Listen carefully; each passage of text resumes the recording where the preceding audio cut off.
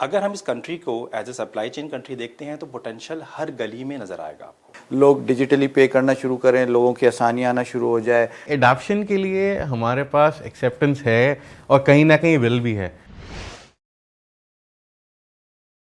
अस्सलाम जी, this is Kamal Masroor with another episode of CXO podcast. आज हमने अपना थोड़ा सा एक पैटर्न चेंज किया है और हम आज डिस्कस करेंगे विद 3 गेस्ट और उनसे हम टेक एनेबलमेंट के बारे में और पाकिस्तान में जो डिजिटल ट्रांसफॉर्मेशन है या टेक्नोलॉजी सस्टेनेबिलिटी और चैलेंजेस के बारे में आज हम बात करेंगे।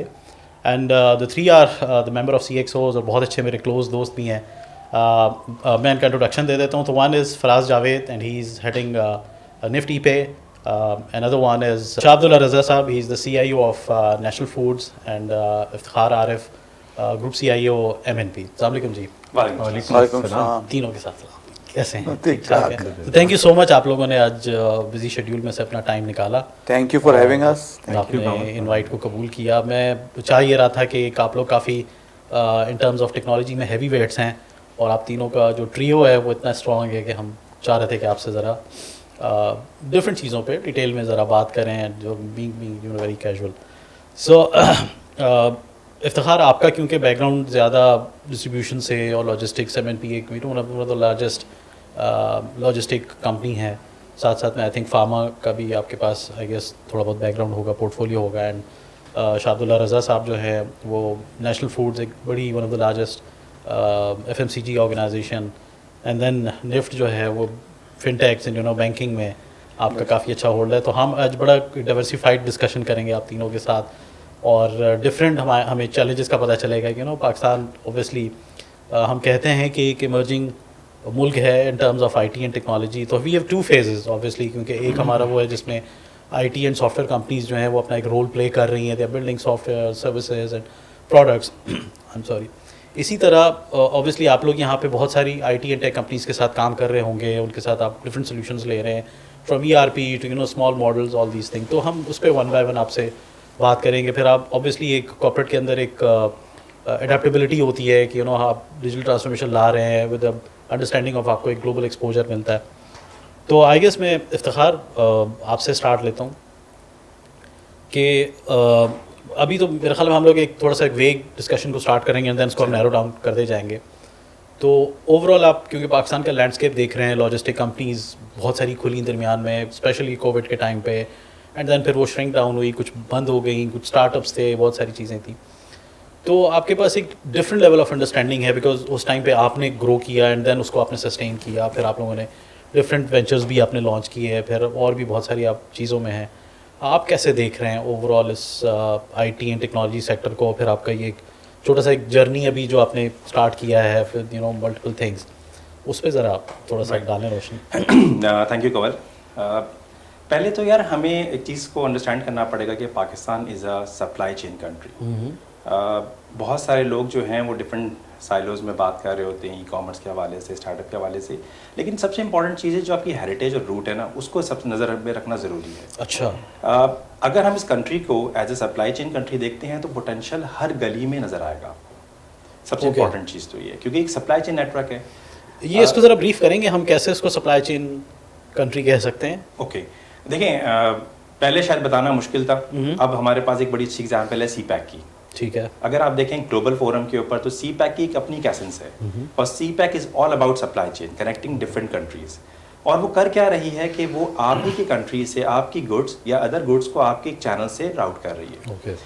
हम डिस्ट्रीब्यूशन को ऐसा डिफाइन करते हैं कि कोई भी प्रोडक्ट है उसकी जो लास्ट माइल डिलीवरी है वो बहुत इंपॉर्टेंट है। ओके। चाहे वो पेरिशेबल आइटम हो या टेक्नोलॉजी आइटम हो, उसको डिलीवर करना, टाइम पे दुकान पे पहुंचाना, वो सबसे इंपॉर्टेंट चीज़ है। इसी तरह अगर पाकिस्तान का ओवरऑल आप देखें इंफ्रास्ट्रक्चर, तो हमारा इंफ्रास्ट्रक्चर में सबसे बड़ी ब्लेसिंग ये है कि हमारा इंफ्रास्ट्रक्चर डिज़ाइन ही सप्लाई चेन के पॉइंट ऑफ व्यू से हुआ है। रीसेंट एग्जांपल आप देखें, आप इस वक्त इस्लामाबाद से कराची मोटरवे के थ्रू आए हैं। जी बिल्कुल। Motorway is a recent example. अगर आप देखें जो मोटरवे का डिज़ाइन है उसने ना सिर्फ मुख्तलिफ सिटीज़ को आपस में कनेक्ट कर दिया है बल्कि एक बहुत बड़ा रूम दे दिया है डिस्ट्रीब्यूशन चैनल को एक्सपेंड करने के लिए। ठीक, राइट। तो ये वो अपॉर्चुनिटी थी जो हमारे पास पहले दिन से मौजूद है। अब इस अपॉर्चुनिटी को अगर हम टेक्नोलॉजी के साथ रिलेट करें तो बाय दैट टाइम पहले सिर्फ हम व्हीकल्स की और कार्ड्स की बात करते थे, लेकिन नाउ अब हमारे इस पूरे रोड मैप के ऊपर इंफ्रास्ट्रक्चर जो है वो इस्टेब्लिश हो चुका है। इंटरनेट कनेक्टिविटी हर जगह पे मौजूद है, इलेक्ट्रिसिटी एंड रोड जो रोड्स हैं वो इंफ्रास्ट्रक्चर के पॉइंट ऑफ व्यू से वो आपकी इस्टेब्लिश हो चुकी है। जब ये चीज़ हो गई तो नेक्स्ट लेवल के ऊपर इनोवेशंस आई हैं, और इनोवेशंस में स्टार्टअप्स ने ई कॉमर्स के नाम के ऊपर अपनी प्रोडक्ट को एक जगह से दूसरी जगह पे पहुंचाने में हेल्प आउट किया। सही। तो सबसे पहले तो आपकी बेस स्ट्रांग होनी चाहिए कि अगर आप इसको इस कंट्री को इंफ्रास्ट्रक्चर के पॉइंट ऑफ व्यू से देख रहे हैं, सप्लाई चेन के पॉइंट ऑफ व्यू से देख रहे हैं, तो हमारे पास सप्लाई चेन का और ई कॉमर्स का, अगर हम ई कॉमर्स की स्पेशली बात करें तो बहुत बड़ा रोल है। मैं थोड़ी सी अपनी कंपनी की एग्जाम्पल ले देता हूँ। We establish in 1912, the oldest distribution house in Pakistan. 100 साल से ज़्यादा पुरानी जर्नी है। इस वक्त MNP का जो पोर्टफोलियो है वो 200 बिलियन रुपीस क्रॉस कर चुका है। अगले साल हम 300 अरब की बातें कर रहे हैं। तो अगर डिस्ट्रीब्यूशन 300 अरब की बात करें, दैट मीन्स कि ग्राउंड के ऊपर प्रोडक्ट का इतना पोटेंशियल है कि वो 300 अरब की सेल हो रही है, and is one distribution house. इस तरह पाकिस्तान में 400 डिस्ट्रीब्यूशन कंपनीज और है। अच्छा। रिसेंट एग्जांपल्स ये हुई है कि अब जब आप देखें, एक तो ये सप्लाई चेन, दूसरा इस कैश रिच कंट्री। हाँ, हमारे पास इस वक्त जितना फिजिकल कैश है, आप किसी भी एशियाई कंपनी से कंपेयर करेंगे तो मैं एक एनालिसिस बताता हूँ कि पाकिस्तान के अंदर इस वक्त 77% कैश जो है फ्लोट हो रहा है। अच्छा। ओनली 23% ट्रांजैक्शन जो है बैंकिंग ट्रांजैक्शंस हुई हैं। इस पे फराज डेफिनेटली डिबेट में बात करेंगे। मैं सिर्फ एक नंबर बताया तो इन 23% में भी आप कॉर्पोरेट को रिटेल को अलग करें तो रिटेल इस वक्त 91% फिजिकल कैश पे काम कर रहा है। हम जब 23 की बात करते हैं तो वहाँ पे IBFT और जो चेक्स हैं वो आ जाते हैं, उसको भी हम इलेक्ट्रॉनिक में बात कर रहे हैं, लेकिन फिजिकली जो रिटेल डिस्ट्रीब्यूशन का पोटेंशियल है वो ये कि 91% पैसा जो है वो हमारे पास सारा फिजिकली मूव कर रहा है। तो इट्स अ ह्यूज रूम। और इसी वजह से जो नेक्स्ट इनिशिएटिव गवर्नमेंट ने लिया है वो है डिजिटल रिटेल बैंकिंग के ऊपर। अच्छा। पाकिस्तान में कुछ सेक्टर ऐसे हैं जहाँ पे बहुत ज़्यादा पैसा जो है फिजिकली मूव होता है। एक आपका रिटेल सेक्टर है, दूसरा आपका स्कूल सेक्टर है, तीसरा आपका रियल एस्टेट का सेक्टर है जहाँ पे ये इन चीज़ों पे हम काम कर रहे हैं। तो बहुत सारे सेक्टर ऐसे हैं जहाँ पे हमारे पास कैश को ट्रांसफॉर्म करने के लिए एक बहुत बड़ा रूम है। एग्रीकल्चर भी agriculture is one of the largest sector. तो अगर हम डिजिटल इवॉल्यूशन की बात करें, infrastructure is there, capacity is there, capability is there, now it's just the connecting dots. जिस दिन हमारा माइंडसेट प्लास्टिक मनी की तरफ मूव कर गया, आप देखिएगा कि जितने भी स्टार्टअप्स हैं ई कॉमर्स के हवाले से या डिस्ट्रीब्यूशन के हवाले से ये फ्लरिश करना शुरू कर देंगे। वैसे इफ्तिखार, आपको नहीं लगता ये हम अभी तक जो हमारा रिटेलर है, रिटेलर से मुराद ये जो दुकानदार है या हॉकर है, इस पे हमने कोई फोकस किया है कि इनको हम किसी तरह बैंकिंग ब्रैकेट में लाएं या किसी तरह वॉलेट के ब्रैकेट में लाएं या डिजिटल में, मुझे नहीं पता कि इसके लिए क्या टर्म होनी चाहिए उसमें। आई थिंक आप मैं भी अपने पहले इफ्तिखार एक आंसर दे, फिर मैं उस पे भी ऑन अ लाइटर नोट, बहैसियत एक कौम हमारे अंदर ट्रस्ट करने की सलाहियत कम है। सही, ठीक है, ये बेसिक एलिमेंट है। आप 5 नमाजें बेचने की कोशिश करें, 5 नमाजें बेच देंगे लेकिन पढ़ेगा कोई नहीं। सही। इसी तरह आप डिजिटल रिटेल बैंकिंग के ऊपर लोगों को कन्विंस करें कि जी इसके ये फ़ायदे हैं, पर ट्रस्ट नहीं है। अच्छा। जिस दिन ये ट्रस्ट बिल्ड हो गया कि हमारा पैसा सेफ है, ये ट्रांजैक्शन सेफ है, अगर वो सही तरीके से कमाया गया है और सही तरीके से राउट हो रहा है, तो यार कोई मसला ही नहीं रहेगा। वो ट्रस्ट कौन देगा? वो ट्रस्ट सबसे पहले गवर्नमेंट देगी। ठीक है, फिर उसके बाद आपके मीडियम्स देंगे, चाहे वो डिस्ट्रीब्यूशन हो या वो आपके टेलीकोस हो। तो रिटेलर के, जब हम रिटेलर के साथ रखते हैं, तकरीबन 1 लाख रिटेलर्स के साथ हमारी रिलेशनशिप है। अच्छा। और वो 1 लाख रिटेलर्स के ऊपर से इस वक्त हम अगर हम मोबाइल फाइनेंशियल सर्विसेज की बात करें तो हमने इस साल 197 बिलियन पैसा कलेक्ट कर लिया है, which is 19% of the total industry. अच्छा। तो अगर हम 197 बिलियन पैसा कन्वर्ट किया और इस पूरी जर्नी को हमें तकरीबन 7 साल लगे, तो लोगों का माइंडसेट बन रहा है। लेकिन अगेन, जिस दिन इस चीज़ पे आपका ट्रस्ट आ गया, आप देखेंगे कि ये 197 जो है कब 1 ट्रिलियन हो जाएगा पता भी नहीं चलेगा। तो एक रीज़न ये भी तो हो सकती है कि वो टैक्स से अपना बच रहे हों, तो उनको टैक्स ये एक बहुत इफ्तिखार की एक अपनी स्टडी है और इनका एक ऑन ग्राउंड एक्सपीरियंस है अपना। मगर जब फिनटेक जर्नी में मैं आया तो हमने काफ़ी रिसर्च की, क्योंकि हमें जाना था lower tier of the pyramid पे हमें जाना था, और इसी जो टियर 2 टियर 3 मार्केट है इसको टैप करना है, क्योंकि जो टॉप ब्रांड्स हैं उस पर तो हर एक ही जा रहा होता है और वो एक लेवल तक डिजिटाइज भी हैं। सो जो हमारी फाइंडिंग थी वो ये थी कि जो टैक्स इस वक्त जो टैक्स ब्रैकेट में आना, अच्छा लोग टैक्स ब्रैकेट में भी आने को तैयार हैं, बट उसके बाद उसके क्या कॉन्सिक्वेंसेस हो सकते हैं, कल को आप छापे पड़ेंगे या कोई अकाउंटेबिलिटी शुरू हो जाएगी, तो वो एक फियर एक नजर आया। वैसे मैंने ये भी देखा है कि रिटेल में वैसे ही प्रॉफिट ऑफ मार्जिन बहुत कम होता है, हाँ। बट उसमें भी अगर वो उसमें भी वो टैक्स में चला जाए। दूसरी बात ये कि चलें प्रॉफिट मार्जिन को भी वो किसी तरह मैनेज कर लेता है, लोग डिजिटली पे करना शुरू करें, लोगों की आसानियाँ आना शुरू हो जाए, घर से बैठ के मंगा लें लोग, तो वो चीज़ें मैनेज हो सकती हैं। बट वो जब देखता है कि आज मेरी 100% इनकम आती है, मैं 20% दिखाता हूँ जो मैं अकाउंट में रखता हूँ, बाकी सब चीज़ें मेरे पास होती हैं, आज मैं अगर 100% दिखा दूँ तो उस पर मेरी क्या अकाउंटेबिलिटी शुरू हो जाएगी। सेकंड चीज़ ये है जो बड़ी इंपॉर्टेंट चीज़ है, हम एक हॉकर के पास गए, जो ये चिकन बेचने वाली जो दुकान होती है उसके पास गए, और उसको हमने कहा यार हम तुम्हें डिजिटाइज करना चाहते हैं कि लोग आएँ और जिस विसिनिटी में था वहाँ पे क्रेडिट कार्ड चलाना या मोबाइल से पेमेंट करना कोई मसला नहीं है। उसने कहा मैं agreed, I can go for digital payments. मगर जब आप मुझे सारे डिजिटल इंस्ट्रूमेंट्स देंगे, लोग आके कार्ड पे भी करेंगे, वो चला जाएगा मेरे अकाउंट में। हाँ। सुबह मेरे पास आता है एक ट्रक, वो मुझे मुर्गियां दे के जाता है, सही। और शाम में वो ट्रक आता है और मुझसे कहता है कि जी इस मुर्गियों के पैसे दे दो। तो क्या रात में 10 बजे 11 बजे जब मैं दुकान बंद करूंगा वो ट्रक आया हुआ होगा तो मैं उनको कहूँगा ATM चलते हैं और वहाँ से कैश निकालते हैं और फिर मैं तुम्हें देता हूँ। तो आपको पूरी वैल्यू चेन को डिजिटाइज करना है, स्टार्टिंग फ्रॉम द बॉटम, कि जो सप्लायर है वो भी जो सप्लायर है वो भी डिजिटाइज हो, रिटेलर भी डिजिटाइज हो, जो डिस्ट्रीब्यूटर है वो भी डिजिटाइज हो, और फिर आपका जब कंज्यूमर आता है और वो डिजिटल करेंसी को यूज़ करे या डिजिटल चैनल्स को यूज़ करे, तो वो डिजिटली ही ट्रांसफ़र हो रहा हो मुख्तलिफ जगहों पे। एंड उसमें फिर जो अकाउंटेबिलिटी की, या पूरी दुनिया में आप देखें तो जब भी डिजिटल पेमेंट्स को या इलेक्ट्रॉनिक पेमेंट्स को प्रमोट किया गया है तो गवर्नमेंट की तरफ से टैक्स इंसेंटिव्स आए हैं, रिलैक्सेशंस आई हैं, गवर्नमेंट की तरफ से ऐसी रूल्स एंड रेगुलेशंस आए हैं जिसने इनकरेज किया है कि मर्चेंट्स को और जितने भी रिटेलर्स हैं कि वो इस एम्बिट के अंदर आए। इंडिया में आप देख लें, उन्होंने एक फोर्सफुली किया कि उन्होंने डीमोनेटाइज कर दिया, बड़े नोट सारे बंद कर दिए।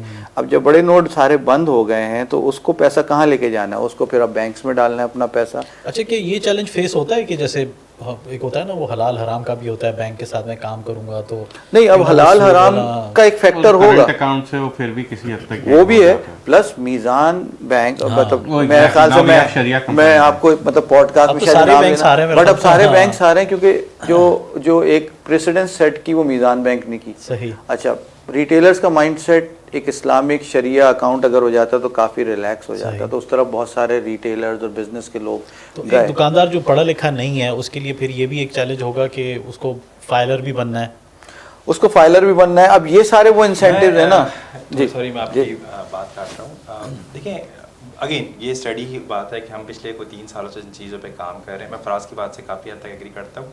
हम सिर्फ एक one side of the story देख रहे हैं। सही। पूरे पाकिस्तान के अंदर अगर आप रिटेलर का सेक्टर निकालें तो लेस देन 500,000 5 लाख दुकानें हैं। अच्छा, रजिस्टर्ड दुकान।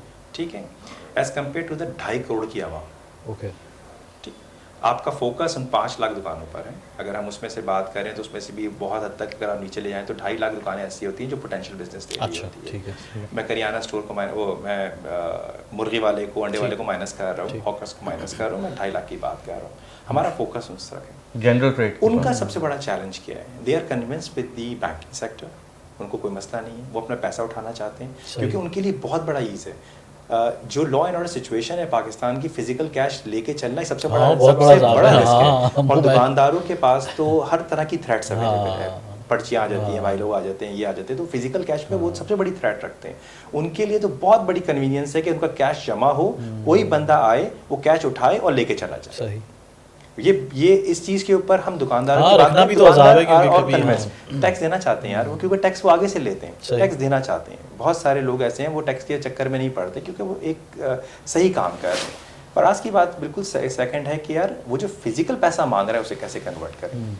मैं जो आपसे बात कर रहा हूँ उसको भी फोर्स करेंगे जी, तुम भी अकाउंट, हमारा इकोसिस्टम पूरा इकोसिस्टम हो रहा है ना। आप देखें 2 चैनल्स हैं, एक आपका C2M है, कस्टमर टू मर्चेंट है, और एक आपका मर्चेंट टू डिस्ट्रीब्यूटर है। इस वक्त मर्चेंट टू डिस्ट्रीब्यूटर बहुत हद तक ऑटोमेट हो चुका है। Yes. हमारी कंपनी इस वक्त 52 कंपनीज के साथ स्टॉक लेती है और 52 कंपनीज सारी इलेक्ट्रॉनिक है। अच्छा। हम कोई भी पैसा फिजिकल नहीं देते, वो सारा का सारा किसी न किसी मोड के थ्रू, पहले चेक्स थे, आज IBFT हो गई है, लेकिन वो मूव हो रहा होता है। Okay. हमारे 8000 बंदे, सबको सैलरीज होती है, वो अकाउंट्स में ट्रांसफर हो रही होती है, कोई फिजिकल पैसा नहीं हो रहा था। और same goes with every companies. ये चैनल आपका पूरा बन चुका है।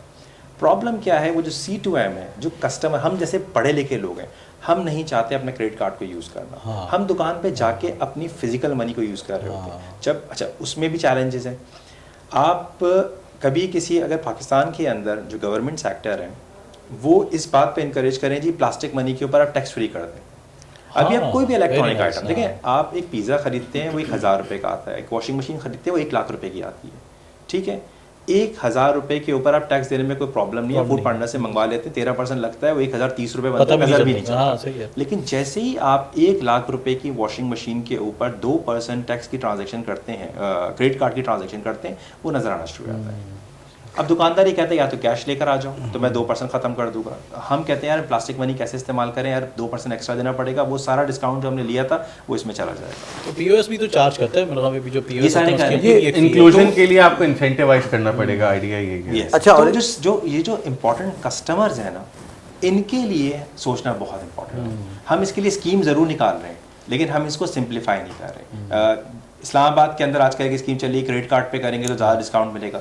ये वजह क्या है कि एक माइंडसेट चेंज हो रहा है। मनी लॉन्ड्रिंग को रोकने के लिए या जो हम क्या कह रहे हैं जी, नोट्स की मोनेटाइजेशन के हवाले से हम बात कर रहे हैं, 5000 का नोट हम कैरी कर रहे हैं ना, अगर इसी को प्लास्टिक मनी में इंकरेज करने के लिए कोई इंसेंटिवाइज करें कस्टमर्स को, थ्रेट भी खत्म तो हो जाता वो है। पैसा अगर दुकानदार के पास डिजिटल फॉर्मेट में जाएगा। एंड आपको बताओ एग्जाम्पल के तौर पे अफ्रीका भी आप ले सकते हैं। इंडिया तो खैर हमसे बहुत आगे, हम आपको एग्जाम्पल भी नहीं कोट कर सकते। अफ्रीकन कंट्रीज के अंदर ये हो गया, उन्होंने C2M के ऊपर फोकस किया। हमारा डिलेमा ये है कि हमने M2D के ऊपर फोकस किया। हमारी सारी स्कीम्स, M2D क्या है? Merchant to distributor. अच्छा, ठीक है। दुकानदार से दुकानदार या दुकानदार से आगे की बात कर रहे हैं। दुकानदार के पास जो फिजिकल पैसा आ रहा है वो कैसे मोनेटाइज होगा, वो कैसे कंप्लीट होगा, वो इम्पोर्टेंट चीज़। अच्छा, हाँ, इसमें B2B इसमें तो है, एक चीज़ बड़ी इम्पॉर्टेंट जो है ना, वो ये है कि जैसे स्कीम्स की बात की, अब आज अगर दुकानदार कहता है कि मैं कार्ड ले लेता हूँ, एक्सेप्ट कर लेता हूँ, तो उसको एक चार्ज लगता है जो कि अगर 2% चार्ज है, और वो कहता है कि जी मेरी तो इतनी सेविंग ही नहीं है कि मैं आपको 2%, 2.5% दूँ। तो पूरी दुनिया में अब एक ट्रांजिशन होना शुरू हुआ जो कि बहुत सारी कंट्रीज़ में सक्सेसफुल भी हो गया, स्पेशली इंडिया, कि लोकल स्कीम्स आ गई हैं और लोकल मैकेनिज़म्स आ गए हैं, ताकि जो ये हेफ्टी चार्जेस हैं ऑफ डिफरेंट इंटरनेशनल स्कीम्स, उनको रिड्यूस किया जाए। तो पाकिस्तान में जैसे स्टेट बैंक ने रास्त को लेके आया है, तो अब रास्त के थ्रू आप QR कोड पेमेंट्स कर सकते हैं, और वो रिलेटिवली उनकी जो कॉस्ट होगी, जो चार्जेस होंगे वो रिलेटिवली लो। मैंने सुना है QR कोड हो रहा है, वो इनेबल हो रहा है, और वो इंटरऑपरेबल होगा। आप एक दूसरे की बैंकिंग ऐप से या अपनी पेमेंट ऐप से, NFC भी अब थोड़ा सा नहीं, वो QR तो नहीं होगा NFC, बट अल्टीमेटली आपके पास पेपाक एक लोकल स्कीम और है वन लिंक की, वो भी ऑपरेट करना शुरू करती है और पेनिट्रेट करती है। उसको प्रॉपर्ली स्ट्रेटेजाइज करने की ज़रूरत है। तो आपके जब ये चार्जेस कम होंगे, जिसको MDR कहते हैं, तो ऑटोमेटिकली चार्जेस कम हैं, कन्वीनियंस बहुत ज़्यादा है, तो दुकानदार भी ये कोशिश करेगा कि मेरे पास डिजिटली पैसा आए। इसी तरह एक तो ये कन्वीनियंस वाला फैक्टर है, चार्जेस वाला आपका जो फैक्टर है उसको बहुत थरली इस वक्त जो है ना इम्प्लीमेंट किया जा रहा है ऑल ओवर द कंट्री। और इस वक्त जो रास्ट है उसका जो P2M का नया मॉडल आया, वो टारगेट ही इसको कर रहा है कि पर्सन टू मर्चेंट पेमेंट्स हों और डिजिटल पेमेंट्स हों। और उसमें मेरे ख्याल में कोई ट्रांजैक्शन चार्जेस नहीं होती हैं जो एसओसी आता है। ट्रांजैक्शन चार्जेस होंगे, बहुत मिनिमम होंगे। P2P में तो बिल्कुल नहीं है ट्रांजैक्शन चार्जेस रास में, बट इसमें शायद मिनिमम हो, वो भी येट टू सी। आजकल काफ़ी ज़्यादा दुकानदारों के पास आप जाएं तो आप उनसे पूछ लें यार कार्ड चार्ज करते हैं आप, तो they may not give you, they may say नहीं, but they immediately instantly give you an option, आप डायरेक्ट ट्रांसफर कर दें। हाँ, इजी पैसे। तो which means कि एडाप्शन के लिए हमारे पास एक्सेप्टेंस है और कहीं ना कहीं विल भी है, बट अगेन जिस तरह वो अकाउंट भी यूज कर रहा है, अकाउंट यूज कर रहा है, तो again it's just about a little bit more awareness and kind of उनको थोड़ा रिलीफ देना होगा, इंसेंटिवाइज। जब आपको उनको इंसेंटिवाइज करके अट्रैक्ट करके अपने पास लाएंगे, and when they see the benefits, देखें सीइंग इज बिलीविंग, कोई भी हो, तो वो तो एक चलता फिरता वो किराना स्टोर कोई होता है, वो 20 साल से 25 साल से 30 साल से उस तरह काम कर रहा है, he is growing, he is making money. तो उसके लिए तो थ्रेट ये क्या है, मेरा तो दादा परदादे का या अब्बा का मेरा खानदानी बिजनेस तो बिल्कुल मैं तो फंस जाऊंगा, and the whole family would start cursing me कि यार तुमने एक टेक्नोलॉजी के चक्कर में हम सबको फंसवा दिया। Yet but still they are using, transfer कर दें, which means कि कहीं ना कहीं बैंकिंग तो है, and this we must give credit to the banking side. Banking sector ने काफ़ी इवॉल्व किया, स्पेशली पोस्ट कोविड काफ़ी चीज़ें बेहतर हुई हैं, but still there is room for improvement. हाँ, एक और मैं चीज़- जरा अब्दुल्ला से भी वो थोड़ा सा हाँ जी जी, लगा दूं डिस्कशन तो- में मसाले ना हो तो फिर मजा नहीं आएगा। इतने अच्छे सॉक्स पहन कर आए हैं आप, और स्पेशली आप दोनों की यार ये क्या मैचिंग हो रही है, ये क्या ये पहले से प्लान था? ये कहते हैं ना उसको, ये दिल ओपन से दिल को राह। ओपन नहीं, सीक्रेट था एक। ये इनकी दोनों जो बेगमात है ना बचपन की दोस्त है, अच्छा, क्योंकि तैयार वो करती हैं आज बात हो गई थी। ये हमारे हमारे secret तो हो गई। हमारी बहुत सारी चीजें सहार सुनी कह रहे हैं हैं। तो ठीक कह रहे हैं, लॉजिस्टिक सर्विस प्रोवाइडर है। ये हर खबर पे नजर रखते हैं, हाँ नहीं कुछ इतना बड़ा कोइंसिडेंट की शर्ट भी एक कलर की और फिर ब्लेजर भी सेम और फोन भी एक ही। हाँ फोन भी है कि तो कुछ बस तो है। बाकी और नहीं बताया। तो अब्दुल्ला आपका, क्योंकि you are heading again one of the largest FMCG, specially the masala जात, we are all found of these. उससे पहले आप ऑटोमोबाइल को देख रहे थे, एंड आई थिंक उससे पहले भी आप एक एफएमसीजी में थे। बिल्कुल। तो आपको थोड़ा सा बिल्कुल अंडरस्टैंडिंग होगी जो रियल ग्राउंड पेन्स होती हैं। तो अगेन इसमें आप क्या ऐड करेंगे इन टर्म्स ऑफ हमारी, अब तो खैर हम फिलहाल पेमेंट्स की बात करें क्योंकि अभी तो हम आईटी पे आ ही नहीं है, तो वो भी एक काफ़ी बड़ा एक एरिया है जिसमें अगेन अच्छा, ये पूरे डिजिटल पेमेंट्स के पीछे जो सारा चल रहा है वो टेक्नोलॉजी ही ड्रिवन अच्छा, है। फराज, मैंने तुमसे अगला क्वेश्चन ये पूछना, पहले अभी मैं अब्दुल्ला से वो हो जाऊँ, मैंने ज़रा ये वॉलेट्स पे भी बात करनी है। इतने सारे जो हमारे पास वॉलेट्स आए हुए हैं ना, जी, जी, उसकी क्या यूटिलिटी है? देखिए, जरा जितनी भी ये बात हो रही है ना, let's put it other way. आपका क्वेश्चन एफएमसीजी से हटा के अगर मैं बात करूं, हाँ। आप पेमेंट्स की बात करें, लॉजिस्टिक्स की बात करें, आप बात करें सब, मतलब ई कॉमर्स की बात कर लें, सेल्स की बात कर लें, गो टू मार्केट स्ट्रेटजीज की बात कर लें, स्पीड टू मार्केट की बात कर लें, आप फाइनेंशियल सेक्टर की बात कर लें, ऑडिट्स को कैसे बेहतर करना है, कंट्रोल्स कैसे इंप्लीमेंट करने हैं, इवन इंफॉर्मेशन सिक्योरिटी पे आजकल बड़ी बात हो रही है। इन सारी चीज़ों के ऊपर अगेन ये सारी, जिस तरह फराज ने कहा बिल्कुल सही कि it's all about technology. So starting with a positive note के जी, साउंड्स गुड कि जी हम we are on the journey, so we have started to evolve different areas में हम देख रहे हैं।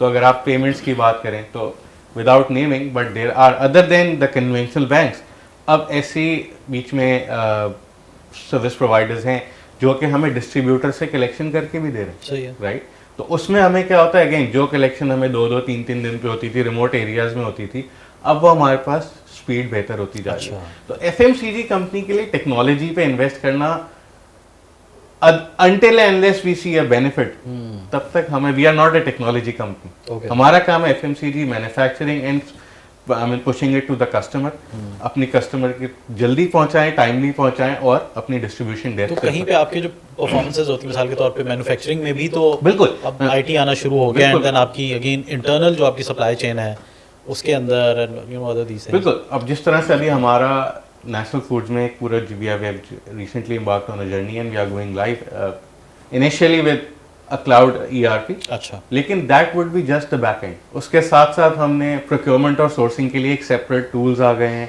अरीबा फॉर इंस्टेंस SAP का।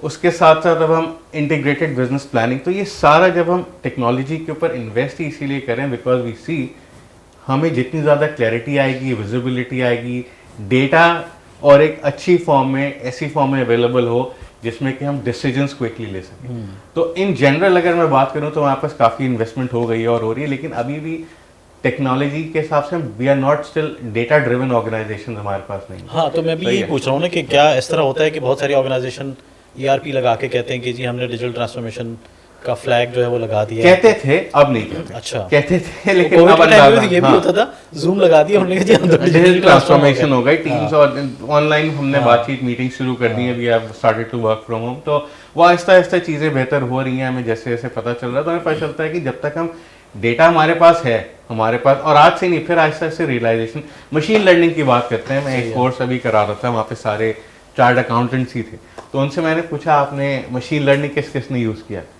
तो किसी ने नहीं बताया। फिर मैंने कहा अच्छा आपने माइक्रोसॉफ्ट के मैक्रोज एक्सेल में किस किस ने यूज़ किए हैं? सबने हाथ खड़े कर दिए। तो मैंने कहा ये क्या था? तो आई मीन इसी चीज़ तो अगेन लोगों को आहिस्ता आहिस्ता जैसे जैसे पता, क्योंकि जब इनिशियली हम जाए कहते हैं ना आरपीए मशीन लर्निंग एआई, कहते हैं यार आप पता नहीं क्या करने वाले हो भाई, काम करने दें साइड पर। So we have to actually technology leaders का यहाँ पे काम ये बनता है कि उसको इंटरप्रेट करें बिजनेस लैंग्वेज में और उनको बताएं कि जी आज आप ये काम इतने इस तरह से करते हैं, इतना टाइम लगता है और ये चीज़ अभी भी आपकी मिसिंग है जो आपको मिल जाए। फाइनेंशियल प्लानिंग की बात कर लें, बिजनेस प्लानिंग की बात कर लें, आप एक प्रोडक्ट बना रहे हैं तो उसके साथ प्रोडक्ट मार्केट में फेंक रहे हैं, कितनी स्टॉक्स हैं, कितनी इन्वेंट्रीज हैं, उसके पीछे बहुत सारी चीज़ें देखनी होती हैं। सोर्सिंग से लेके उसकी इन्वेंट्री की अपनी वैल्यूएशन है, उसकी लॉजिस्टिक्स है, डिस्ट्रीब्यूशन है, then there is a shelf life, okay, फिर उसके बाद उसके रिटर्न्स हैं।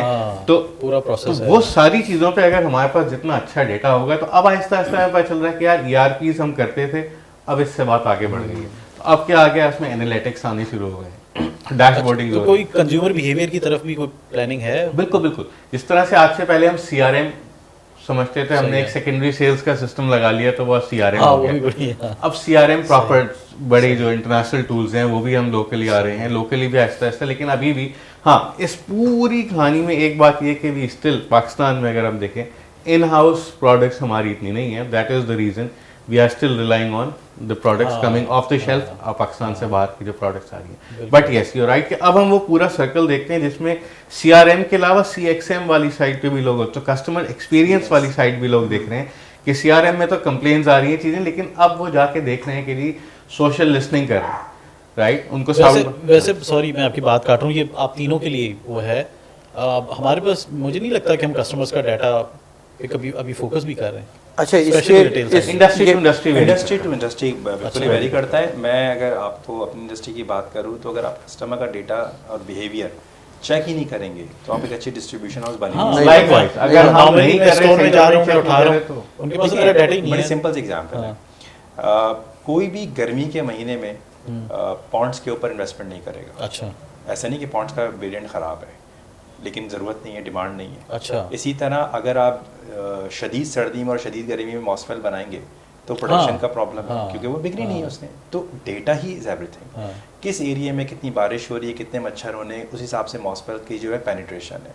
पहले क्या होता था कि जी सप्लाई और डिमांड के अंदर एक अजम्पशंस चलती थी। हाँ, नहीं बट अब वो assumptions turn मैं into- स्पेसिफिकली कंज्यूमर की बात करूँ, मैं कितना बाय करता हूँ और कितना नहीं फ्रीक्वेंट मैं करता हूँ। आपकी देखिए, बात है ये- कंज्यूमर बिहेवियर ये- की। अब हम कंज्यूमर बिहेवियर के लिए अब हमने टूल्स अडॉप्ट करने शुरू कर दिए, लेकिन कंज्यूमर बिहेवियर कंपनीज एटलीस्ट पिछले एक डेकेड से ऊपर हो गया। अभी जब कंपनीज कर स्टोर रही पे तो हैं मुझसे कोई डाटा ही नहीं लेता। नहीं, अब देखिए मैं आपको बताऊं, मैं एक छोटी सी वो अगेन sorry, डिफरेंट चंक्स से आ रहे हैं, सोर्स डेटा सोर्सेज नहीं थी। That is why we are moving toward मैं टूल्स। किसी भी बड़े यूटिलिटी में, I don't want to take name, but मैं अगर जाऊँ और मैंने वहाँ पे बिलिंग की तो वो बस पैसे लेते हैं, कहते हैं अच्छी थैंक यू। देखिए, एक एक point है ना, चैनल मिसिंग है आपकी बात कि सही आपकी है। अभी डिजिटाइजेशन उसमें- वहाँ नहीं आई हाँ ना। उसमें एक और भी एलिमेंट है। देखें उसमें जो फोकस कर रहे हैं पाकिस्तान की मार्ट, वो इस वक्त ये फोकस कर रही है कि आपकी थ्रूपुट कितनी है। सही है।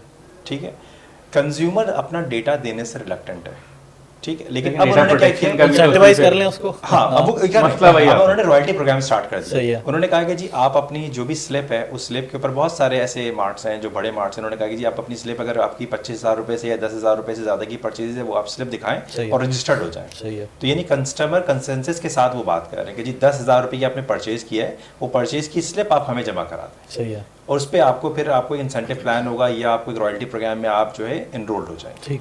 तो ये चीज़ें मौजूद हैं। जो रज़ा बात कर रहा है, मैं सेकंड करूँ, देखिए डेटा अब बहुत इंपॉर्टेंट हो गया है। पहले शायद इतना इंपॉर्टेंट नहीं था। आप अब तो आप एक पिज़्ज़ा खाने के लिए भी 4 तरह के स्टैट्स को देख रहे हो। हाँ। बिल्कुल ऐसे। एक मोबाइल फ़ोन खरीदने के लिए आपको 4 वेबसाइट्स बच्चे भी reviews देख रहे होते हैं। रिव्यूज देख रहे होते हैं। तो वो अगर वो डेटा अवेलेबल है, सही है। इसी वजह से आपका ई कॉमर्स बूम कर रहा है। देखिए पाकिस्तान में माइंडसेट जो चेंज किया वो ई कॉमर्स ने किया है। ऐसा नहीं था कि फूड पांडा पहले थैंक्स टू कोविड, कोविड की वजह से अनफॉर्चुनेट बट यस हाँ। दैट्स हाउ बट मैं इस पे भी बात करूंगा We कि learned it कोविड hard के way, बाद but- क्यों ये जो दरमियान में फिर इन्फ्लेशन आई और इतने सारे प्लेयर्स जो उस हैं वो पे चले गए। Industry to industry. अच्छा। अच्छा, एक चीज़ याद रखिएगा कि एक्सपेक्टेशन बार होता है। हाँ। ठीक है, हमने बहुत ज़्यादा एक्सपेक्ट करके बहुत ऊपर ले गए। मतलब फॉर एग्जांपल आपने मास्क की प्रोडक्शन 1 अरब मास्क इस वक्त पाकिस्तान दुनिया में अवेलेबल है, लेकिन मास्क सब खत्म हो चुके हैं। ओके। क्योंकि वो लोगों ने परसीव किया था कि आइंदा आने वाले शायद बच्चे जो डॉक्टर के पास ना जा सकें, मतलब उस पर IoT की डिवाइसेस बन गई। अच्छा। तो आपने ओवर परसीव कर लिया। हाँ। कोई भी बीमारी एक लॉन्ग टर्म नहीं रहती है, ठीक है। तो एक गलत परसेप्शन था जिसपे गलत एनालिटिक्स थे। फिजिकल मूवमेंट हमेशा से इंपॉर्टेंट है, लेकिन एक चीज़ कोविड ने पॉजिटिव की, उसने अवेयरनेस दे दी है। हाँ, ये तो है। उसने आपको एक सेकंड ऑल्टरनेट दे दिया हर चीज़ का।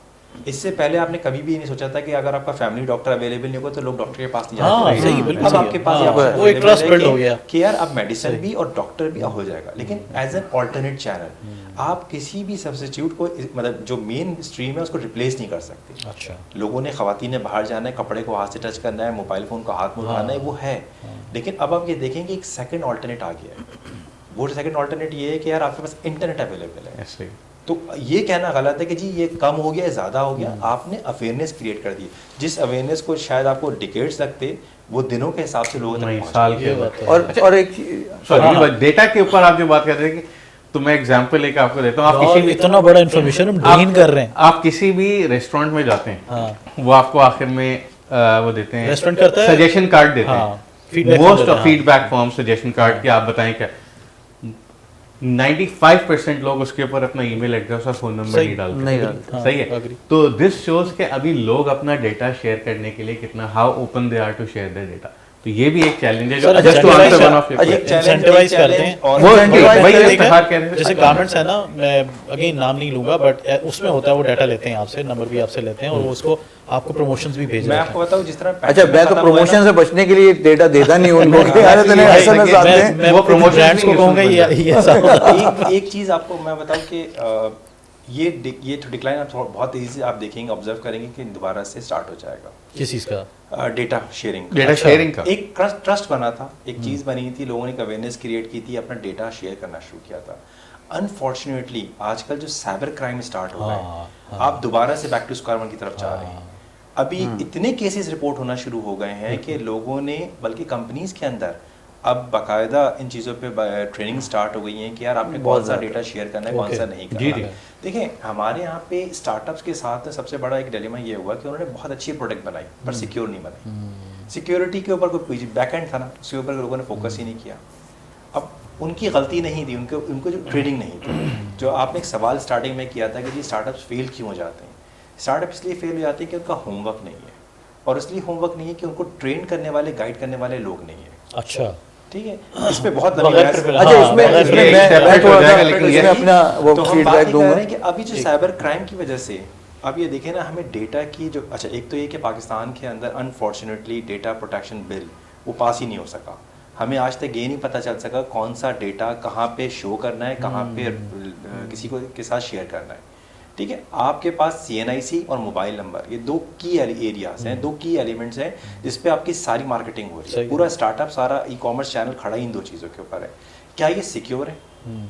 अभी तक हमें इसका जवाब नहीं मिला है।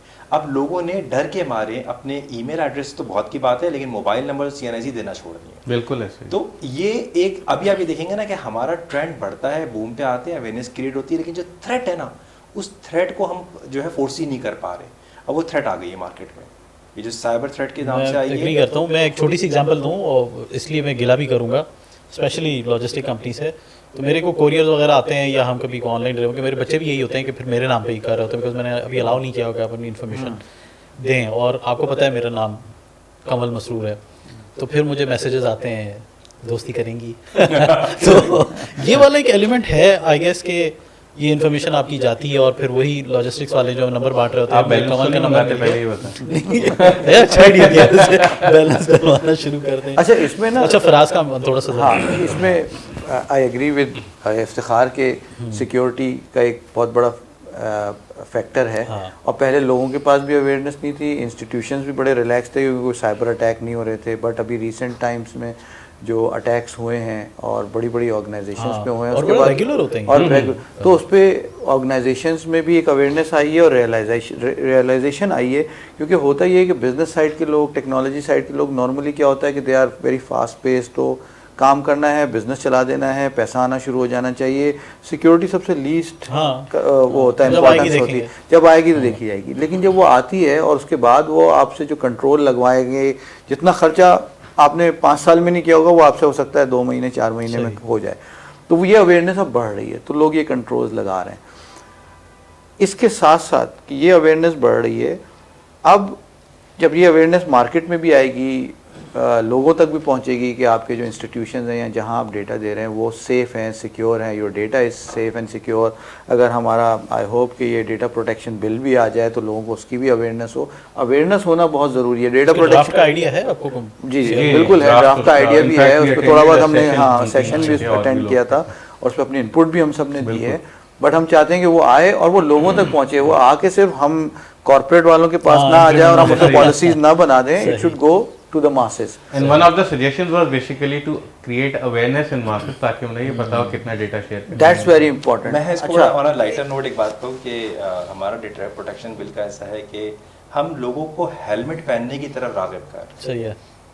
ये नहीं बता रहे कि अगर नहीं पहनोगे तो एक्सीडेंट्स के बाद होगा क्या। होगा क्या, ठीक है। तो ये भी एक बड़ा माइंडसेट है कि हम इतना डरा रहे कि हेलमेट पहनो हेलमेट पहनो हेलमेट पहनो, हम ये नहीं बता रहे कि अगर हेलमेट नहीं पहनोगे तो क्या होगा। देखिए ऑर्गेनाइजेशंस में भी ये हम बहुत हद तक रिएक्टिव हैं, बहुत हद तक हाँ, रिएक्टिव ऐसे ही, होगा बिल्कुल, तो yes, फायरवॉल लगा बिल्कुल, लेंगे। absolutely। जबकि ये चीज़ प्रोएक्टिव है तो घर से स्टार्ट होती है ना। देखिए हम तो पूछे बगैर दरवाज़ा नहीं खोलते, तो डेटा कैसे लीक हो सकता है। अगर आप देखें आपके घर के अंदर जब बैल बजती है तो सबसे पहले सवाल किया जाता है, बच्चों को ट्रेन किया जाता है कि अगर कोई अजनबी हो तो नहीं खोलना। सही। ये चीज़ घर से स्टार्ट हो रही है। सही। तो ये ऑर्गेनाइजेशन तक आते आते क्यों खत्म हो जाती है, इसकी वजह ये है कि अगेन हम बहुत रिएक्टिव अप्रोच पे जा रहे हैं। और दूसरा भी तो है यार। देखिए, Secondly, we get too ambitious while adopting technology. Yes. ये भी कर लो, ये भी कर लो, ये भी कर लो, and we miss out। जिस तरह इन दोनों ने कहा कि यार बैक एंड पे चली जाती है, लेकिन अगर मैं आपको अपना एक्सपीरियंस बताऊं इन द पास्ट 3 ऑर्गेनाइजेशंस, अब हम प्रॉपर गवर्नेंस का और साइबर सिक्योरिटी का फंक्शन अब डेवलप एग्जैक्टली ऐसे ही हो रहा है। अब सारी ऑर्गेनाइजेशन इम्प्लीमेंट करने जा रही हैं। आप किसी रिनोन्ड ऑर्गेनाइजेशन के ऊपर ट्रस्ट करते हैं, आप अपना डाटा देते हैं, वो डाटा बेच रहे होते हैं। नहीं सर, बेच अच्छा, वो बेचने नहीं, की definition जरूरी है। नहीं है। Exactly, मैं वो आपसे पूछा ना कि उसमें- बेच क्या रहे हैं। देखें मोबाइल नंबर कहाँ लिखा है कि नहीं शेयर कर सकते, सही है।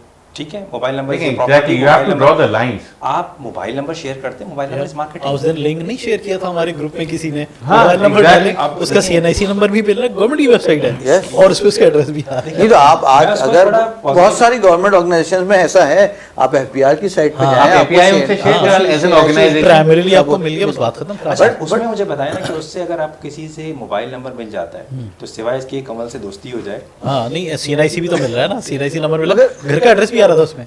ये आपका प्रॉब्लमेटिक CNIC का एड्रेस है, वो एड्रेस भी आ रहा था वो उसमें। तो बड़ी अमेजिंग वेबसाइट थी, वो तो मैं देख के मैं अपने चेक किया, मेरा आ भी रहा था सही। मेरा पुराना आ रहा था, तो एग्जैक्टली मैं इसलिए मुझे सुकून आ गया। तो मैं थोड़ा सा उसको उस बात को, जो डेटा वाली बात को अब जो है ना उस पर मूव होना चाह रहा हूँ कि एक तो सिक्योरिटी एस्पेक्ट है ना, फिर अब एक चीज़ ऐसी है जो कि पूरी दुनिया में हो रही है। पूरी दुनिया में डिजिटल पेमेंट्स हमसे बहुत ज़्यादा हैं, तो वहाँ पे इस वक्त कंपनीज जो डेटा ले रही हैं वो स्पेशली फाइनेंशियल इंस्टीट्यूशन से ले रही सही है। हैं through an open banking platform. और वहाँ क्योंकि कस्टमर हर ट्रांजैक्शन डिजिटली कर रहा है, आज आपने कहा ना मैं कहाँ कहाँ ख़रीदारी कर रहा हूँ, सही क्या है। क्या ख़रीद रहा हूँ, किस तरह, वो सारी चीज़ें एक फाइनेंशियल इंस्टीट्यूशन के पास होती हैं। आप आज जाके पॉस्ट ट्रांजैक्शन करें तो आपका डेटा जाता है फाइनेंशियल इंस्टीट्यूशन के पास। तो पूरी दुनिया में ओपन बैंकिंग का कॉन्सेप्ट ही उससे आया है कि open secure open banking platforms हों, ओपन APIs बैंक्स दें, और फिर कस्टमर का कंसेंट लेके उसको ऐसी बेनिफिट्स दिए जा रहे हों। लाइक ओपन बैंकिंग से जो बहुत क्लोजली एसोसिएटेड प्रोडक्ट्स हैं जिसमें PFM personal financial management and EFM enterprise financial management, ये पूरी दुनिया में अब ऑफर हो रही है। अब अगर आज मैं कंवल को एक पर्सनल फाइनेंशियल मैनेजमेंट सोल्यूशन दे दूं बेस्ड ऑन योर डेटा कि आप ये स्पेंडिंग कर रहे हैं, क्या गलत कर रहे हैं, क्या सही कर रहे हैं, कहाँ आप स्मार्ट सेविंग कर सकते हैं, if you are foodie and you are, अपनी इनकम बेगम को नहीं बताते, आपको क्यों बताएं? देखिए इनकम एक अलग चीज़ है, बट अच्छा। अगर मैं आपकी या आपके ट्रांजैक्शन spend देख का के trend, कि अच्छा, स्पेंड ठीक है। ट्रेंड्स को Spending देख trend के है। अब मैं आपको देखता हूँ कि पिछले 2 महीने में आपने 20-20 हज़ार की खाने पे खर्चा किया और ऑल ऑफ अ सडन 50,000 हुआ, बिकॉज आप कुछ महंगी जगहों पे गए जहाँ पे बैंकिंग ऐसी प्रोडक्ट्स मौजूद हैं, ऐसे कार्ड्स मौजूद हैं या 50% डिस्काउंट मिल जाता है। सही है। If that app starts telling you कि आप इस तरह स्मार्ट सेविंग कर सकते हैं, फिर जैसे आपने कहा कि मैं इनकम किसी को नहीं बताता, बट अगर उस ऐप में छुप के आ गया है आपकी इनकम और आपको बताया जाए कि आप हर महीने इतना जो सेव कर रहे हैं वो आपने डाला हुआ है बैंक में, सही है। Why don't you invest here and get 22% return, तो आपका फायदा होना शुरू हुआ, आपको ऐप में नजर आ रहा है कि यार मेरा रिटर्न भी आ रहा है, मैंने ऑनलाइन इन्वेस्ट भी कर दिया। दूसरा इन्वेस्टमेंट मुझे एक सवाल जरा इनसे चुभता हुआ पूछने दें मुझे। जी जी जी बिल्कुल पूछिए। मुझे ये बताओ, मतलब जैसे इफ्तिखार ने बड़ी अच्छी एक बात की कि हम एक कैश इकॉनमी है और उसमें हमें ऑब्वियसली चाहिए कि डिजिटल वॉलेट्स आएँ पाकिस्तान में, और आए भी। क्या यूटिलिटी है? बिकॉज एकदम से EMI and PSO PSP licences, और ये अब तो खैर डिजिटल बैंक्स के लाइसेंसेस भी मिल गए लोगों को। मैं फराज से पहले मैं इसका जवाब दूंगा एज ए लेमैन। थोड़ी देर के लिए अज्यूम करते हैं कि जी मुझे वॉलेट का नहीं पता। पाकिस्तान में वॉलेट की मार्केटिंग या अवेयरनेस उस तरह से नहीं हुई। नहीं तो मुझे वॉलेट क्यों चाहिए? मेरा अगर आपको मेरा वॉलेट बैंक नहीं अकाउंट चाहिए, है, देखिए मैं अब इसमें मेरा आता बैंक हूँ। अकाउंट ही मेरा नहीं wallet है। देखिए once you are on wallet तो उसकी कन्वीनियंस ही अलग है, मतलब दुनिया भर में नहीं लोग मगर PayPal नहीं को नहीं use करते हैं। मगर इनका सवाल सही है कि इनको क्यों चाहिए, इनको नहीं मुझे तो नहीं चाहिए, चाहिए। हम लोगों को नहीं चाहिए। लेकिन आज हमारे जब वी स्टार्टेड नया पे तो हमारी टारगेट मार्केट हम लोग नहीं थे जिनके पास बैंक अकाउंट है।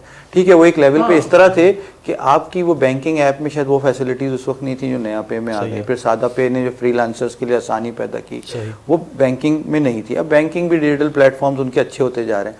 लेकिन वो लोग आज यंग लड़के लड़कियाँ जिनके पास बैंक अकाउंट नहीं है, अगर उनको बैंक अकाउंट खोलने के लिए एक टीडीएस प्रोसेस से गुजरना होगा, और उनके पास एक ऐप है, उसको डाउनलोड करते हैं, वॉलेट खोल लेते हैं, पैसे मामा बाबा से मंगवा लेते हैं, उसमें 20,000 रुपये आ जाते हैं, and they start spending. Freelancer, उसका देयर एंड देन वॉलेट खुलता है, उसके अकाउंट में 2 लाख रुपए आ गए।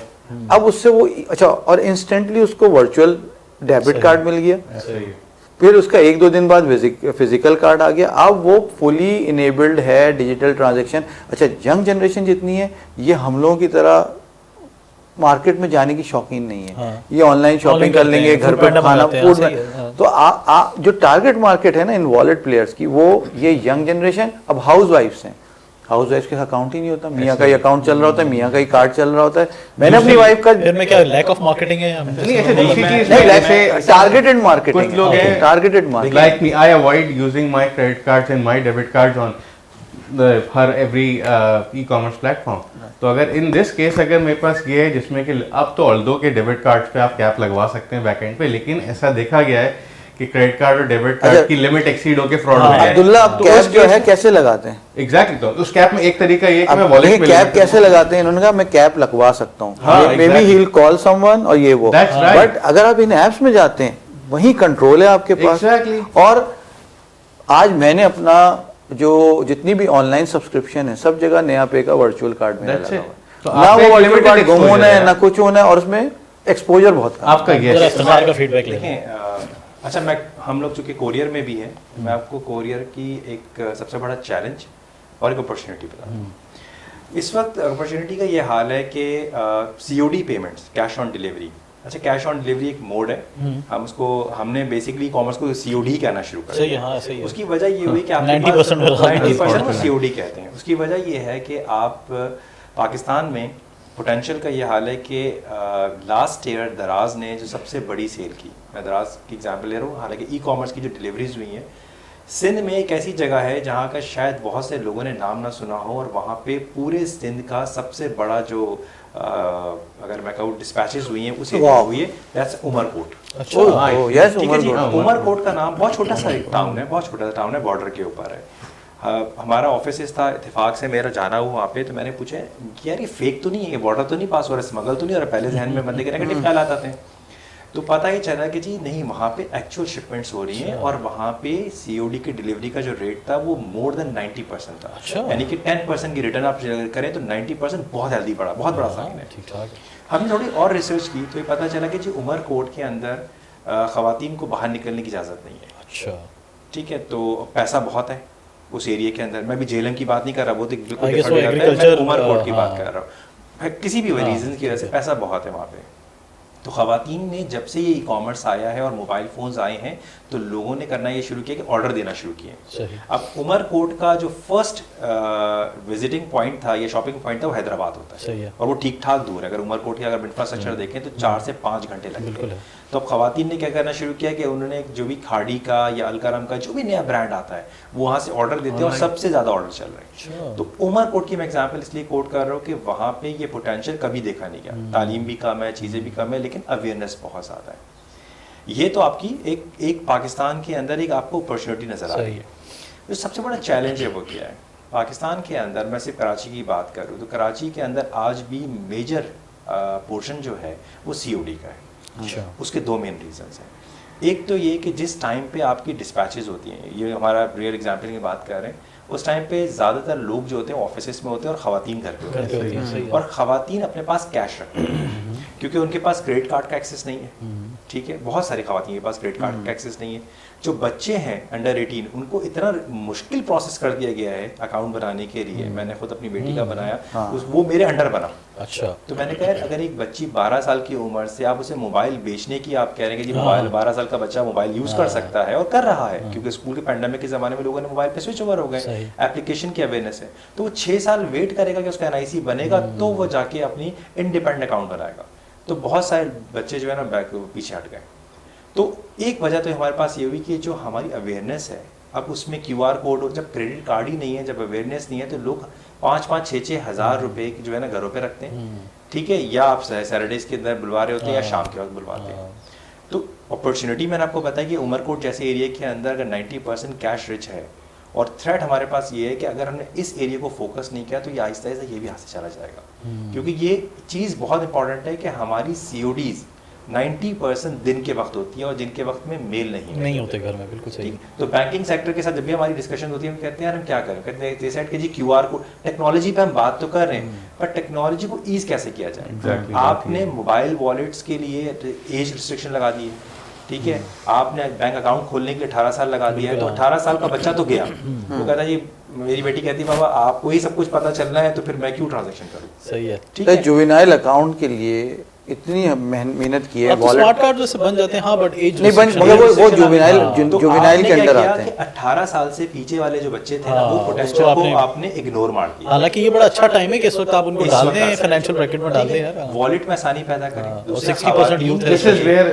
The wallet services come. Yes, खवातीन को बंदे क्या करते हैं, महीने के आखिर में या महीने के स्टार्ट के अंदर एक पैसा ट्रांसफर कर देते हैं, वो कैश रखती हैं और उस पर शॉपिंग कर रही हैं। लेकिन हम लोगों को खुद ये कह रहे हैं कि आप बाहर निकलो और शॉपिंग करो। जब आपका हाथ में पैसा होता है ना, तो फिर आपके पास एक ऑप्शन होता है, फिजिकली मेरे पास पैसा है तो मैं विंडो शॉपिंग सारी करूँगा।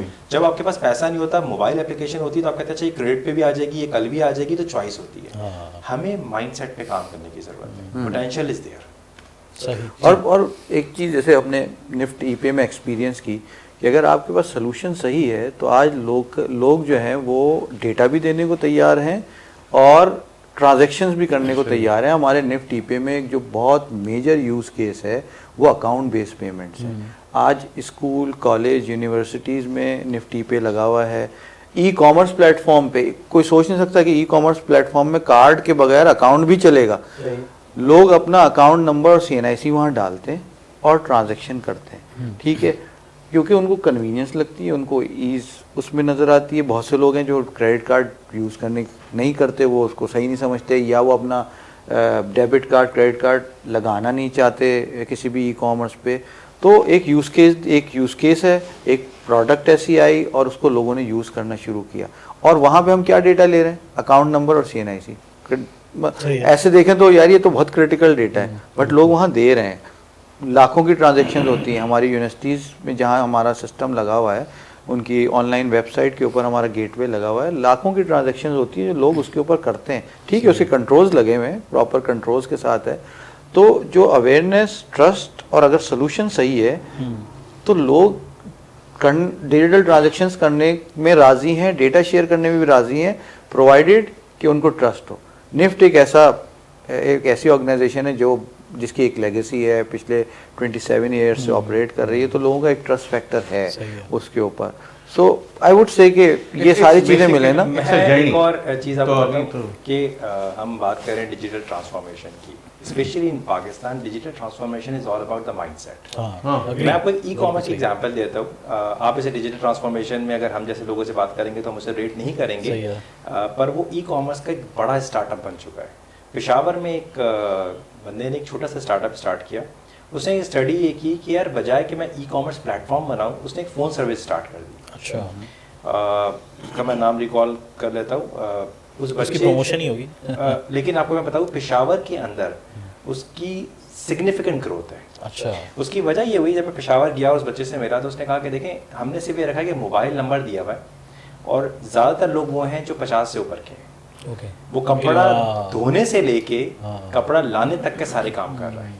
उसने अपना एक पूरा एक नेटवर्क बना दिया बड़ा है। niche पेशावर की identify किया एक उसने, सक्सेस हाँ, स्टोरी है। अच्छा। उसने कहा कि देखें ये तो ऐसा तो नहीं कि हम सिर्फ उनकी बात करें जो कि लिटरेट हैं, जो मोबाइल यूज़ कर सकते हैं। ठीक है, अच्छा मोबाइल यूज़ करने के दो तरीके हैं। आप मोबाइल यूज़ करने का मतलब आप कॉल रिसीव कर सकते हैं और दूसरा ये कि आपको डिजिटल ऐप इस्तेमाल कर सकते हैं। Digital app is a literacy, ठीक है, लेकिन मोबाइल ऐप के जो यूज़र हैं पाकिस्तान में वो हर एज का बंदा है। सही। हमारे पेरेंट्स भी हैं, बहुत सारे लोग हैं चीज़ें। तो उसने क्या किया, कन्वीनियंस ये बनाई, एक नंबर दे दिया, उस नंबर पे फ़ोन करे, बंदा उठाता है, पहली दफ़ा उसका एड्रेस लिखवाता है और उससे कहता है कि किसी भी चीज़ की आपको ज़रूरत अच्छा है, वेरी नाइस किसी भी चीज़ की ज़रूरत है वो आपको लेकर आता है। लोग अपने जो ड्राई क्लीनर्स के कपड़े तक उसको अब देना Very शुरू कर nice, दिया। very nice. और उसने एक नेटवर्क बना दिया, ना सिर्फ उसने एक अपॉर्चुनिटी क्रिएट कर दी लोगों के लिए बल्कि एक राइडर सिस्टम डिजाइन कर दिया। तो वो इस टेक्नोलॉजी को, इस डिजिटल ऐप को देखें, डिजिटल एक उसमें फंडिंग का वेट नहीं है ना उसमें भी फंडिंग है और उसे कहना जी फंडिंग नहीं है, लोग ही दे रहे हैं सारी चीजें। तो ये भी बड़ा अच्छा है ना कि उसने एक छोटे सेटअप से शुरू किया। ट्रांसफॉर्मेशन जो है ना, अगर हम डिस्ट्रीब्यूशन की बात करें तो जो बंदा आज एक पेपर पे पहले कागज़ पर ऑर्डर लेता था वो आज चला गया मोबाइल फ़ोन पे। It's all about the speed and the connectivity. तो अगर आप अगर एज ब्रैकेट हटा दें, कंस्ट्रेंट्स हटा दें, तो आपके पास तो पाकिस्तान में इतना पोटेंशियल है कि इस वक्त अगर आप मोबाइल फ़ोन की खपत देखें तो कोई मोबाइल फ़ोन आपको, कोई बंदा ऐसा नजर नहीं आएगा इसका मोबाइल मैं एग्री करता हूँ। अच्छा देखें अभी मैं एक और चीज़ ऐड कर रहा हूँ। हमने कुछ साल पहले ही कोई इमेजिन नहीं कर रहा था कि टैक्सी ड्राइवर जो है वो ऐप यूज़ करेगा। अभी करीम एकदम Uber, यार, मतलब जब इतने नए प्लेयर्स भी आ रहे हैं। नहीं, और आप इसमें देखें ये वाले तो जो आप तो मॉडल मुझे है याद वो भी नहीं पड़ रहा बाइकिया कि वो physical से आप guide को कुछ हाथ भी भी मंगा दे रहा है। सकते हाँ। हैं। जैसे आज बाइकिया से आप हाँ। राइडर को कहें वो आपको दही भी ला के देगा, वो आई आपको थिंक मैं ये समझता हूँ कि जो माइंडसेट की तुमने बात की की, ज़रूरत है। अच्छा नहीं, ऐप की लेकिन जरूरत इसमें है। भी नहीं ऐप है, बनाओगे तो हाँ, अब नहीं वो तो फोन है। मैं कह रहा हूँ जो माइंडसेट की तुमने बात की ना कि यार डिजिटल ट्रांसफॉर्मेशन एक्चुअली माइंडसेट है। बिकॉज एक अब आम आदमी ये सोच भी अब नहीं वहाँ सकता कि मैं नहीं है। रोड पे खड़ा हो गए रिक्शा टैक्सी को हाथ दे रहा भाई हूँ। देखिए ना, आज से 20 साल पहले आप क्या ये सोच सकते थे कि मैं बिजली का बिल घर पे बैठ के 2 क्लिक से पे कर रहा हूँ? आप जाते थे कैश निकाल रहा हूँ एक मशीन से। आज कैश आप निकालने का भी अब एक वक्त आएगा कैश। बिजली के बिल से याद आया तो I remember my late father. तो मैंने अगर एक दफ़ा ऑनलाइन भरा तो उन्होंने ही send me back, send the driver again. उन्होंने कहा गो गेट इट स्टैम्प। अच्छा तो हाँ, एक माइंडसेट हाँ, उस हाँ। जनरेशन का था कि आपने बिल दिया और स्टैम्प। अब्दुल्ला उस वक्त ये हो रहा था और ये- कि जब बिजली काटने आते थे वो कहता था यार मैंने ऑनलाइन जमा Exactly. कराया, वो तो मुझे वो लेकिन दिखाए। तो तो ये एग्जैक्टली यही वो कहते थे कि जब के इलेक्ट्रिक से कोई आएगा या कोई अथॉरिटी आएगी and we will present it, they would मुझे नॉट बिल की कॉपी चाहिए। हाँ, तो मुझे आप इतने ज़्यादा हो गए कि अब ड्राइवर को देते हुए डर लगता है। यार वैसे 5 साल पहले आपने सोचा था ये- कि आप एक से पॉडकास्ट पे बैठे होंगे? नहीं देखिए ये भी एक बहुत बड़ी ट्रांसफॉर्मेशन है, लेकिन ये सबकी बहुत बड़ी ट्रांसफॉर्मेशन नहीं, है। हमने नेक काम करने शुरू कर है ना, दिया। अच्छा है, सही है। बस मेरा एक सवाल जो लास्ट में पूछूंगा, खैर वो अभी तो हमारी डिस्कशन अभी है, डिनर कौन कराएगा? यार होस्ट कौन है? असल चीज ये नहीं, मैं होस्ट तो कौन guest है? अच्छा सब तीनों कराने के लिए तैयार है। देखिए, मैं तो तुम करने के लिए तैयार हो हाँ, 3 हाँ। से, यार ये गलत बात है, नतली तुम लोग वो कर वरना रहे किसी हैं का दिल टूट जाएगा। हाँ। तो एक काम आज हम करेंगे, तीनों करा देते हैं, कल आप करा दीजिए ना। हाँ, चलो ऐसे- हम तीनों को। मैं तो वैसे भी करवा रहा हूँ ना वेंसडे को। हाँ, नहीं, बिल्कुल ऐसे। तो अच्छा हम वैसे चले हम ट्रांसफॉर्मेशन पे बात करते हैं। बीइंग हेडिंग आईटी आप मेनली देख रहे हो ऑर्गेनाइजेशंस में, ह्यूमन कैपिटल का क्या सीन है आजकल? आप लोगों को क्या फेस करना पड़ रहा है? The toughest of all challenges at the moment is to retain talent, right? अच्छा। आप टैलेंट उठाते हैं और उसके बाद आप उसको ट्रेन करते हैं। 6 से 8 महीने में वो ट्रेन होता है। Then he has opportunities, sea of opportunities, जहाँ पे वो उसको नेफ्ट जाके बुला लेता है। यस जो उसको अट्रैक्ट कर लेता है। आई मस्ट से अट्रैक्ट करता है विद गुड इंसेंटिव्स, गुड सही। मनीज। लेकिन अगेन अब इस तरह के काफ़ी सारी बल्कि इफ्तिखार भी इस तरह के एक उसमें साथ ही कर रहे हैं कि लोगों ने अब कॉम्पिटेंसी सेंटर्स डेवलप करने शुरू कर दिए कि जहाँ पे स्टूडेंट्स की soft skills, technical skills specifically काम कर रहे हैं।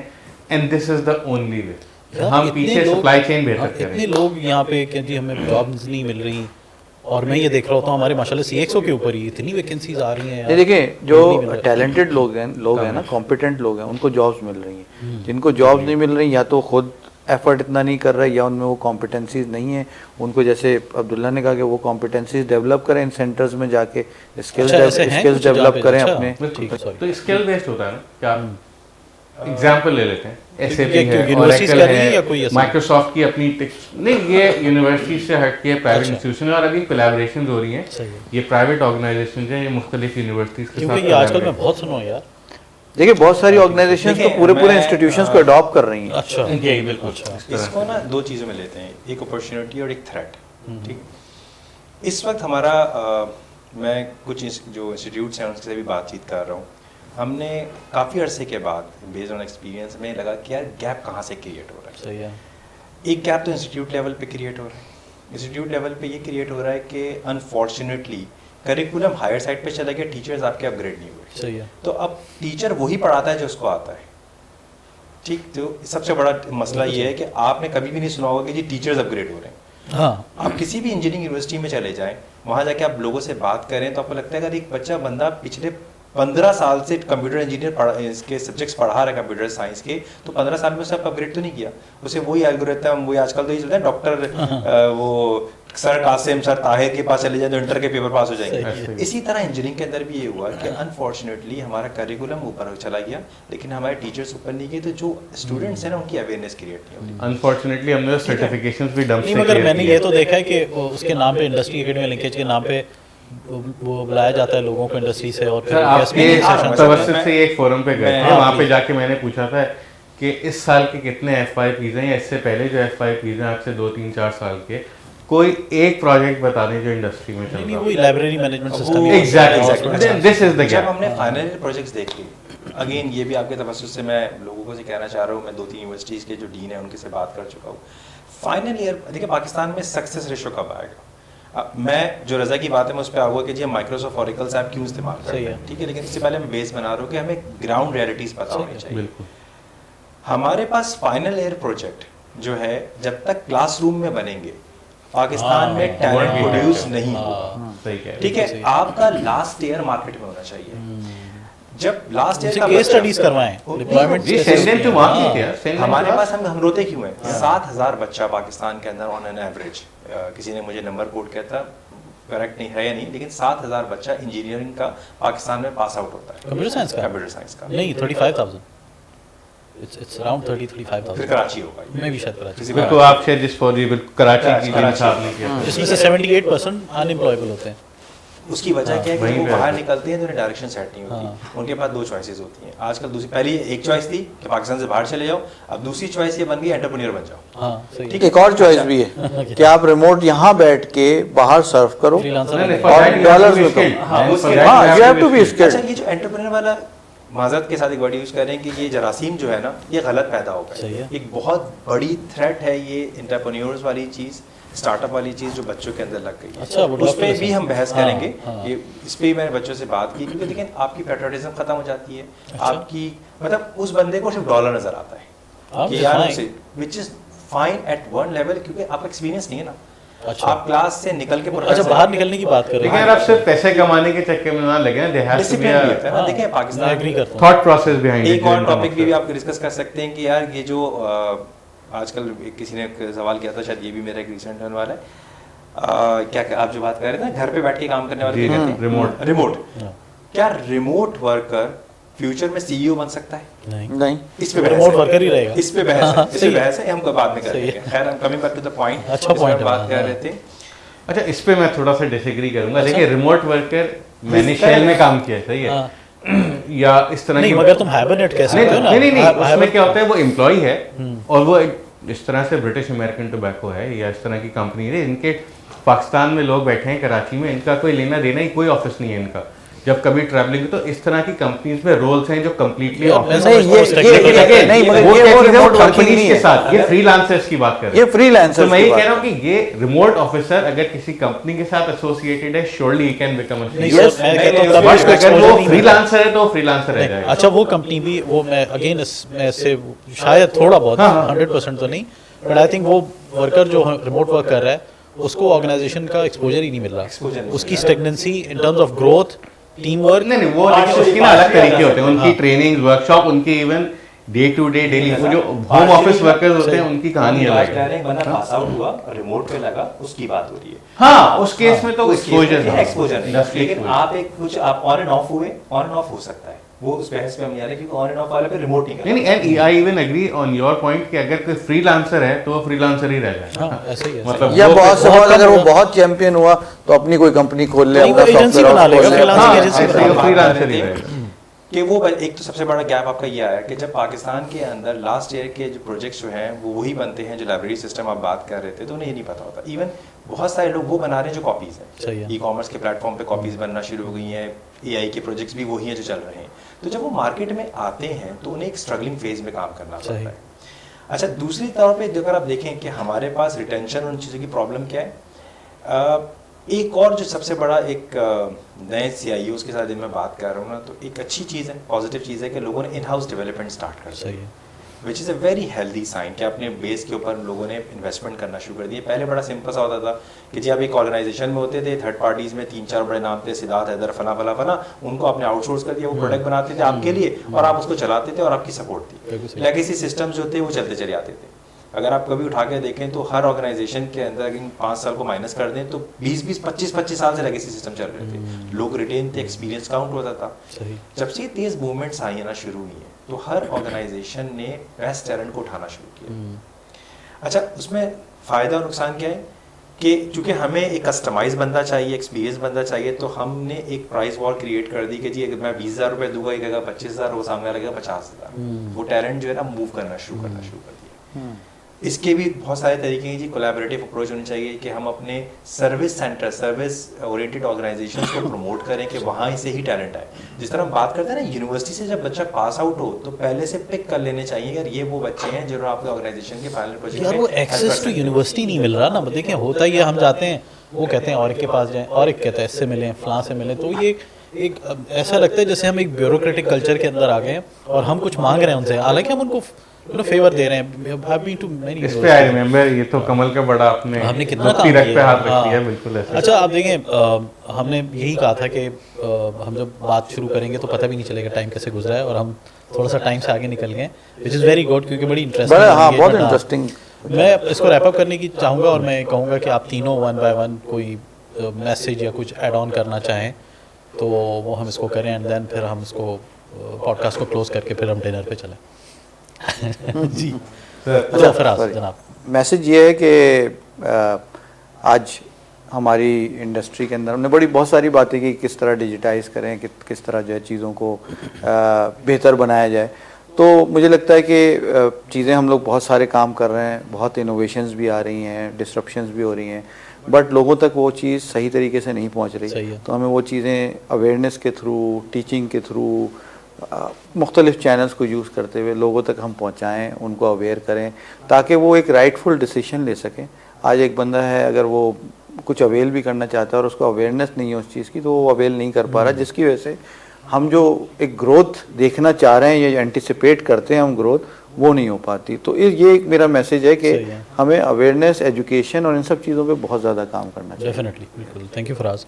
अब्दुल्ला, आपका पेन पॉइंट मुझे पता है। क्या पेन पॉइंट तो देखें, अभी आपने जिक्र भी किया था, तो since it is about sending a message out, तो सबसे ज़्यादा तो ये कि पाकिस्तान में बहुत अपॉर्चुनिटी और हालात सही 19-20 ऊपर नीचे रहते हैं, और ये हम अपने बचपन से देख रहे हैं कि वक्त वो मुल्क नाजुक हालात से गुजर रहा है।